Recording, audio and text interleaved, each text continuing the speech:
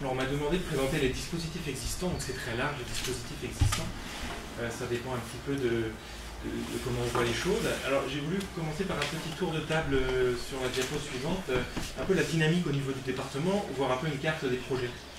Si on regarde sur la diapo suivante, on a aujourd'hui sur le département au final assez peu de projets en fonctionnement, hein, donc ça dépend ce qu'on appelle un projet en fonctionnement, attention. 5 aujourd'hui, donc est-ce qu'on parle d'un projet qui est en routine, qui injecte de l'électricité sans problème? Est-ce qu'on parle d'un projet qui vient tout juste de démarrer? Est-ce que c'est la fin du chantier? Ça dépend un petit peu de ça. Mais aujourd'hui, 5 installations donc, en fonctionnement depuis plusieurs mois et 25 installations au niveau de la région. Donc ce sont des installations, pour bien comprendre, qui ont démarré leur réflexion il y a 2-3 ans. On ne parle pas de gens qui ont déposé un dossier l'année dernière. Par contre, au niveau des projets, donc une vingtaine de projets au niveau du département, entre 20 et 30, ce sont des exploitations qui ont déposé un dossier. Donc c'est bien avancé, ça devrait aboutir. Il y a aussi le projet où j'ai une réflexion, je me renseigne, je rencontre des personnes, et parce qu'on n'a pas de valorisation de chaleur, on a quelques problèmes, ça n'aboutit pas. Là, je parle bien de projets qui aboutiront. Donc 25 au niveau de la région, 5 au niveau du département, et puis 20 à 30 qui sortiront de terre cette année ou l'année prochaine. Dans les projets, on peut distinguer pas mal de choses, on en a parlé, je le redis. Est-ce qu'on est plus sur des échelles individuelles, collectives, ou avec un développeur, au sens où il y a l'individuel à la ferme? Qu'est-ce que à la ferme, au sens où je suis agriculteur, j'investis mes propres capitaux, j'ai du lisier, du fumier, des effluents, et je monte mon projet. Ça ne veut pas dire petite méthanisation, hein. Ça peut être à la ferme et de taille conséquente, mais ça reste individuel. Le collectif, on en a plusieurs sur le département, j'ai une carte sur la diapositive d'après. Donc un groupe d'agriculteurs qui se regroupent à 5, 10, 15, 20, ça dépend, pour mettre en commun leurs effluents. Et c'est bien eux qui montent le projet, qui construisent le projet de A à Z. Donc ça veut dire également des réflexions de groupe, des échanges, etc. Donc une dynamique. Et puis avec un développeur, donc on a plusieurs projets donc, sur le département, donc associés à un constructeur qui mène le projet. Les agriculteurs interviennent davantage pour des questions d'apport de matière et d'épandage. Mais ça reste quand même un projet lié au constructeur. Donc pour visualiser un peu tout ça sur la diapo suivante, j'ai mis une carte. Donc cette carte, si vous voulez vous renseigner, c'est une carte de L. Donc L est en fait une association qui à l'origine s'occupait de tout ce qui est énergie, plus au sens bois, économie de carburant au niveau des tracteurs, etc., qui depuis plusieurs années travaille sur la méthanisation. Donc elle s'occupe de l'avis technique des dossiers, elle donne un avis technique pour le dépôt de dossiers auprès de l'ADEME. Donc cette carte-là, c'est l'ensemble des exploitations qui ont déposé un dossier ou qui sont en fonctionnement. Alors vous ne pouvez pas lire, mais en rouge, donc c'est les installations en fonctionnement. Donc on peut voir pour notre département, les points rouges, elle date du début d'année, hein, donc ça évolue, hein, elle date du mois de mars-avril. Donc on peut voir en point rouge les installations en fonctionnement, et en vert c'est celles qui sont en projet, et orange celles qui sont en chantier. Donc sur le département, il y a une vingtaine de points sur cette carte-là, donc ça représente un peu les projets. Alors ce qu'on peut noter, c'est qu'il y en a partout. Hein. On pourrait imaginer qu'il y a des zones de production plutôt porcines là où il y aurait plus de méthanisation, d'autres moins. C'est réparti uniformément, il n'y a pas de zone. C'est valable pour le Finistère et pour la Bretagne aussi, il y en a un petit peu partout. Et après, dans les différences des logos, des rectangles, des losanges, la différence c'est si c'est un individuel, un collectif ou avec un constructeur. Donc pareil, il y a toutes sortes de formes, donc il n'y a pas de méthanisation type. La méthanisation est variée aujourd'hui en Bretagne. Si on regarde cette carte en 2008, il y avait une dizaine de points, pour avoir une idée un petit peu. Donc une dynamique nette. Alors après sur la diapositive suivante, donc ça ce sont les chiffres du début d'année. On est sur assez peu d'installations, mais plutôt des installations de taille assez importante. On est sur 260 kW en moyenne, ça diminuera. Parce que les projets qu'il y a aujourd'hui sont à échelle, tout à l'heure on parlait de 100 kW. Donc ça va baisser la moyenne. On était davantage sur des pionniers avec peut-être des grosses puissances. En moyenne 11 000 tonnes d'effluents. Donc pour avoir une idée. On est sur du traitement d'effluents agricoles, hein, donc il y a une installation avec hygiénisation, donc tout le reste, hygiénisation à partir du moment où il y a des déchets extérieurs, donc des graisses par exemple. Donc on reste quand même sur des installations avec des effluents agricoles qui ne nécessitent pas d'hygiénisation. Je pense qu'on parlait tout à l'heure des collectivités ou autres. Par exemple, pour récupérer des déchets de restauration, il faut une hygiénisation. Donc ça veut dire qu'il y a des évolutions à prévoir dans les projets à venir, et du moins s'ils veulent prendre des déchets extérieurs, à prévoir dans les installations en fonctionnement. Et puis par voie liquide essentiellement, même s'il y a aujourd'hui des projets en solide qui aboutiront sur le département, aujourd'hui c'est que du liquide. Donc tout mélange. Ça devrait changer. Alors en Bretagne, de la méthanisation par voie solide, aujourd'hui il n'y en a pas vraiment. Il y a quelques projets, il y en a davantage en Vendée, puis peut-être dans d'autres régions type Picardie ou l'Est, où ils sont davantage sur de la polyculture élevage avec du fumier. Donc aujourd'hui chez nous c'est essentiellement du liquide. Alors sur la diapositive suivante, donc ça c'était voilà, voir un peu les projets, faire un peu un état des lieux, ne pas se fier aux chiffres car ça évolue vite, c'est l'ordre de grandeur qui compte. Après les dispositifs existants, qu'est-ce qu'il y a sur notre département donc, pour accompagner des agriculteurs aujourd'hui? Alors je lance un petit rappel, donc il y a le plan EMA, j'ai mis l'image de la plaquette, donc énergie, méthanisation, autonomie azote, qui a pour objectif de développer 1000 installations d'ici 2020, en France. Le gisement est essentiellement en Bretagne au niveau des effluents d'élevage. On parlait tout à l'heure d'une centaine d'installations qui aboutiront d'ici 1 an à 2 ans, mais il faut bien comprendre que pour atteindre cet objectif, il y a un gros travail. Il y a beaucoup de choses qui changent, qui ont changé et qui changent, donc je ne rentre pas dans le détail, mais pour les porteurs de projets, des notions de tarifs avec des évolutions intéressantes, des notions de prime chaleur, hygiénisation, il y a des questions sur l'hygiénisation en méthanisation, faut-il hygiéniser des mélanges de lisier, il y a des questions sur quel produit hygiéniser, lequel ne pas hygiéniser, faut-il désinfecter les tonnes, donc il y a tout un travail là-dessus qui va dans le bon sens. Les seuils de déclaration ont changé également pour favoriser la méthanisation. Et puis là où je veux en venir, c'est qu'il y a tout un travail également, des études faites par le département, les régions, et puis également des choses nationales sur connaître la méthanisation. Le digestat, qu'est-ce que c'est? On sait aujourd'hui, mais concrètement, comment on les prend? Est-ce qu'on l'enfouit? À quelle profondeur? À quel stade? Les notions de gisement tout à l'heure. Donc il y a vraiment, le message, c'est qu'il y a un gros travail de fond qui est en cours et qui est encore à faire sur la méthanisation, pour répondre à beaucoup de questions. Il y a beaucoup d'inconnus aujourd'hui. Et puis soutenir la filière donc, au niveau national. Chose qu'aujourd'hui on a des constructeurs locaux, des gens qui s'implantent en Bretagne, alors qu'auparavant, peut-être il y a 5 ou 6 ans, davantage des personnes qui venaient de l'extérieur, avec l'exemple un peu cité, par exemple, des analyses de digestat qui partent en Allemagne pour revenir. On comprend que c'est pas très vite. Donc le plan EMA, une ambition, donc je voulais le citer. Alors, sur la diapositive suivante, faut bien comprendre que dans la méthanisation agricole, le but c'est quand même de produire des cultures, donc de la matière végétale, donc céréales et autres, du lait du porc, donc il y a une charge assez lourde de travail. Le porteur de projet a quand même quelque chose d'assez complexe à résoudre. Alors, je ne vais pas aller détailler, mais l'idée c'est de bien comprendre qu'il y a pas mal de choses à réfléchir. Donc déjà sur son gisement, vous l'avez cité, le CER l'a cité tout à l'heure, le gisement, le potentiel, il y a des notions d'échange avec communes, entreprises, donc les déchets, rechercher des déchets, envoyer des courriers, prévoir des réunions. Le constructeur, donc rencontrer le constructeur, échanger sur les dimensionnements, les ouvrages, tout ce qui est devis, ça a été cité également. Bon, il y a la méthanisation, mais pas oublier tout ce qui est à côté, les chemins, les voies d'accès, tout ce qui est le coût de l'épandage par une ETA par exemple, donc des choses assez annexes. Il y a des choses comme le financement, etc., assez compliquées qui peuvent demander du temps, le dossier CPE à mettre à jour, etc., etc. Donc des démarches vraiment complexes, et un exploitant peut perdre le fil, ou du moins s'il ne perd pas le fil, va y consacrer beaucoup de temps. Donc dans les dispositifs existants, donc sur la diapositive suivante, le message c'est qu'il y a aujourd'hui, je passe celle-là, je vais passer celle-là, c'est la même chose. Il y a aujourd'hui pas mal de personnes qui sont à disposition pour répondre à des questions. On a l'exemple par exemple avec la réunion d'aujourd'hui. Donc le constructeur va accompagner les porteurs de projet pour le dimensionnement et puis les démarches, etc. du projet. Mais il y a certaines problématiques qu'on n'a pas toujours la réponse. Par exemple, un éleveur porc qui se pose la question d'investir dans la méthanisation, on comprend que dans certains cas, ça peut être mis en balance, par exemple, avec un investissement sur l'élevage. Donc il y a toute une équipe, toute une filière aujourd'hui, donc au niveau des coopératives, des groupements de producteurs, des organismes agricoles, des banques également, des gens un peu spécialisés dans les domaines qui peuvent répondre à des questions, à des problématiques. Donc pas hésiter à se rapprocher, là je m'adresse plus à un public agricole, donc aux conseillers sur l'exploitation, qui de par leur leur organisme ont des personnes qui peuvent répondre un petit peu à des questions et donner un avis parallèle.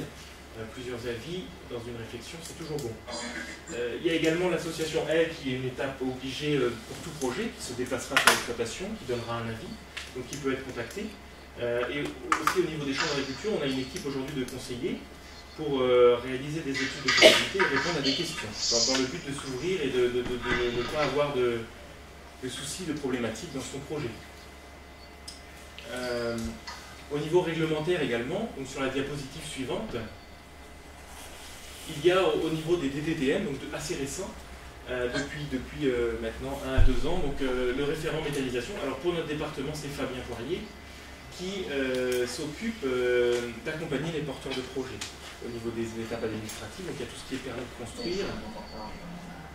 Je vais peut-être, s'il est à Quimper, je vais le laisser parler. Fabien, tu es à Quimper ? Oui, merci. Oui, effectivement, depuis 2 ans, c'était une volonté des services de l'État d'essayer de faciliter la vie des porteurs de projets. Donc on voit qu'elle n'est pas évidente sur les aspects réglementaires qui relèvent des services de l'État. Donc c'est-à-dire principalement 3 procédures. Le permis de construire, qui est déposé en même temps que le dossier installation classée.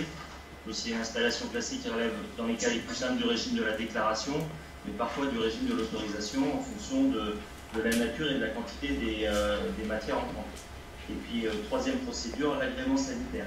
Ces procédures relèvent soit des compétences de la DDTM pour la partie urbanisme, soit de la DDPP, ancien service vétérinaire pour ceux qui connaissent. Donc l'idée, c'était de coordonner ces procédures, l'avancement de ces procédures, et de constituer une porte d'entrée pour faciliter la vie des porteurs de projets. Donc effectivement, je vous invite à aller sur le site internet des services de l'État, à télécharger la plaquette et puis à prendre contact avec moi en cas de difficulté. Merci Noël. Voilà. Donc également des personnes pour répondre à ces aspects-là. Donc la plaquette sur le site de la préfecture qui assez synthétique qui liste les démarches si vous avez besoin. Je vais passer à la diapositive suivante. Et un dernier point, on va l'approfondir en quelques diapositives dans les dispositifs existants. Donc le soutien au projet par le biais d'aide à investissement, donc on en a parlé tout à l'heure, c'est notamment jusqu'à aujourd'hui pour la Bretagne le plan biogaz. Alors son objectif est bien de soutenir les projets par le biais d'aide à investissement. Donc il y a des questions citées tout à l'heure sur la rentabilité des projets. Ça accompagne tout type de projet par rapport à ce qu'on a échangé tout à l'heure. Donc les projets à la ferme, mais également des projets collectifs et également des projets multi-acteurs, donc s'il y a des projets avec des communautés de communes ou des acteurs du territoire. Alors c'est une aide à l'investissement, donc des fonds qui viennent de l'Europe, de la région et du département. C'est une sorte un guichet unique, on va dire, au niveau du dépôt des dossiers. Et de l'ADEME. Oui. Oui. Alors les dates n'ont pas d'importance, ça nous change chaque année, mais donc l'idée c'est qu'il y a 3 appels à projets dans l'année, en général en début d'année, en milieu d'année et en fin d'année, pour échelonner un petit peu les demandes et répondre un peu aux porteurs de projets qui montent leur dossier. Alors, qu'y a-t-il, quelle est sur la diapositive suivante, il y a des conditions et des critères qui reflètent un petit peu la méthanisation française aujourd'hui. On en a parlé en partie tout à l'heure, qui reflètent un petit peu le type de méthanisation qui se développe. La notion autonomie méthanogène, au sens où pour porter un projet, 50% du méthane doit provenir de l'exploitation. C'est-à-dire que la méthanisation aujourd'hui se base essentiellement, par exemple pour un agriculteur, sur du méthane produit à partir de lisier ou de dérobés, donc des matières qui sont présentes sur l'exploitation. Ou de l'extérieur éventuellement, mais agricole.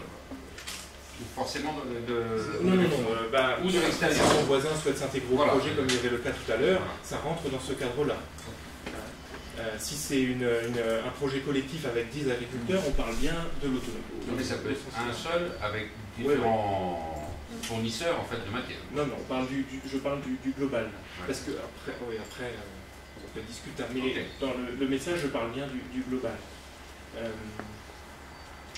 Ça coupe court à certaines méthanisations, du moins à la ferme, où il y aurait par exemple une part importante de déchets extérieurs. type des graisses, des tombes de pelouse, des déchets d'industrie. Recourir aux effluents d'élevage qui est en lien. Les effluents d'élevage doivent représenter à peu près 50% du tonnage.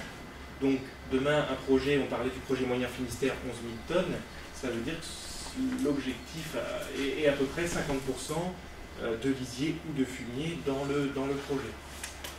Donc il y a une méthanisation agricole. Limiter le recours aux cultures énergétiques. Donc il y a clairement la volonté en France de ne pas favoriser la culture énergétique. Il y a la volonté, il y a aussi l'aspect économique. Aujourd'hui, quand on prend les coûts des frais de semences, épandage, récolte pour des dérobés ou pour du maïs, ça peut bloquer certains projets. Donc 8% de la SAU, ça varie, mais c'est plus l'ordre de grandeur qui compte, ça va de 4 à 8 suivant les projets. Ça reste peu, ça veut dire que sur une exploitation, une taille moyenne de 100 hectares, 8 hectares de maïs, ça va faire grand maximum 15-20 kW. On parlait de projets à 100 tout à l'heure, de 100, ça reste très peu. S'il y en a, c'est plus un tampon, une sécurité que de la méthanisation avec des cultures énergétiques. La chaleur, donc le besoin de chaleur, valoriser la chaleur, un impératif, et plus que valoriser la chaleur, créer une activité avec la valorisation de chaleur. Conforter une situation sur un élevage, chauffage de bâtiments d'élevage, ou alors créer une activité via le chauffage de maisons, le chauffage de locaux à proximité ou autre. Et puis deux autres critères, c'est la couverture des fosses, important. Dans la méthanisation, l'azote en fait passe sous une forme minérale. Donc le fait qu'il passe sous une forme minérale, il n'y a pas de changement au niveau de l'azote, donc c'est le même teneur en azote pour ce qui rentre et ce qui sort, mais quand ce sera sous forme minérale, ça se volatilise. Donc ça part dans l'atmosphère pour faire simple. Donc l'obligation de couverture des fosses, obligation non pas au sens réglementaire, mais pour éviter un petit peu les pertes importantes d'azote.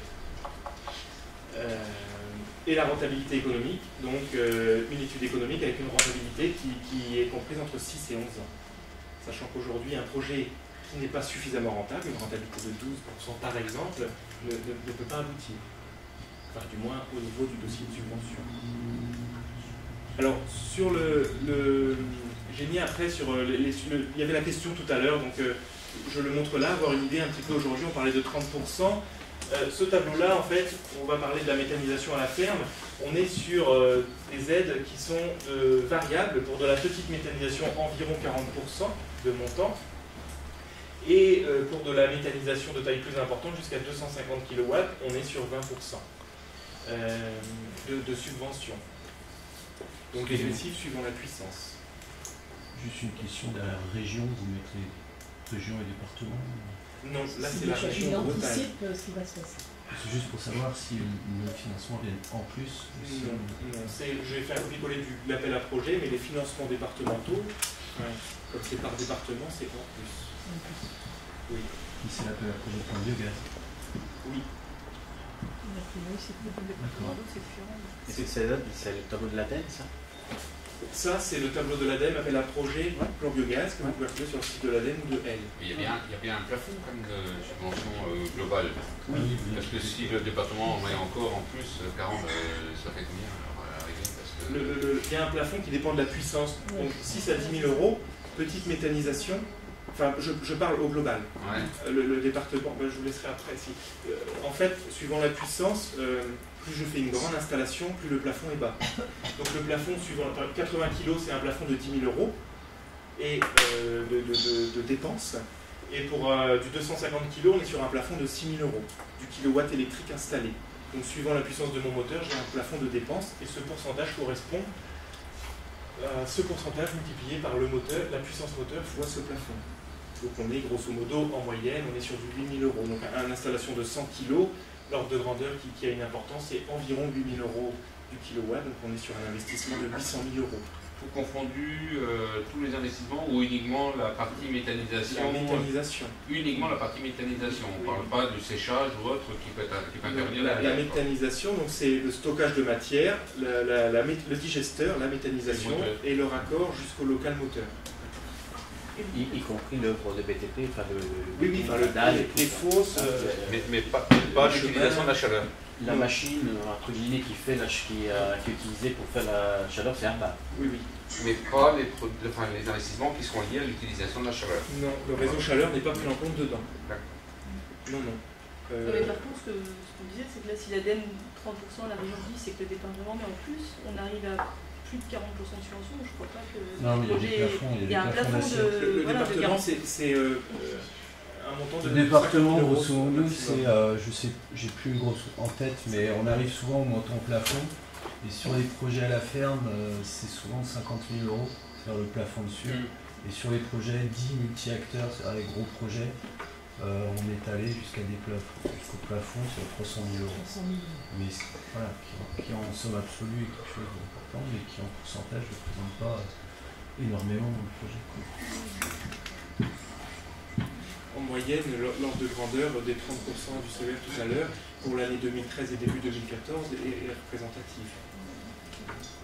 De toute manière, enfin, ce qu'on peut dire, c'est que l'association, elle, assure l'instruction technique des dossiers, de nos dossiers. C'est-à-dire, quand je dis nos dossiers, c'est ADEME, région, département.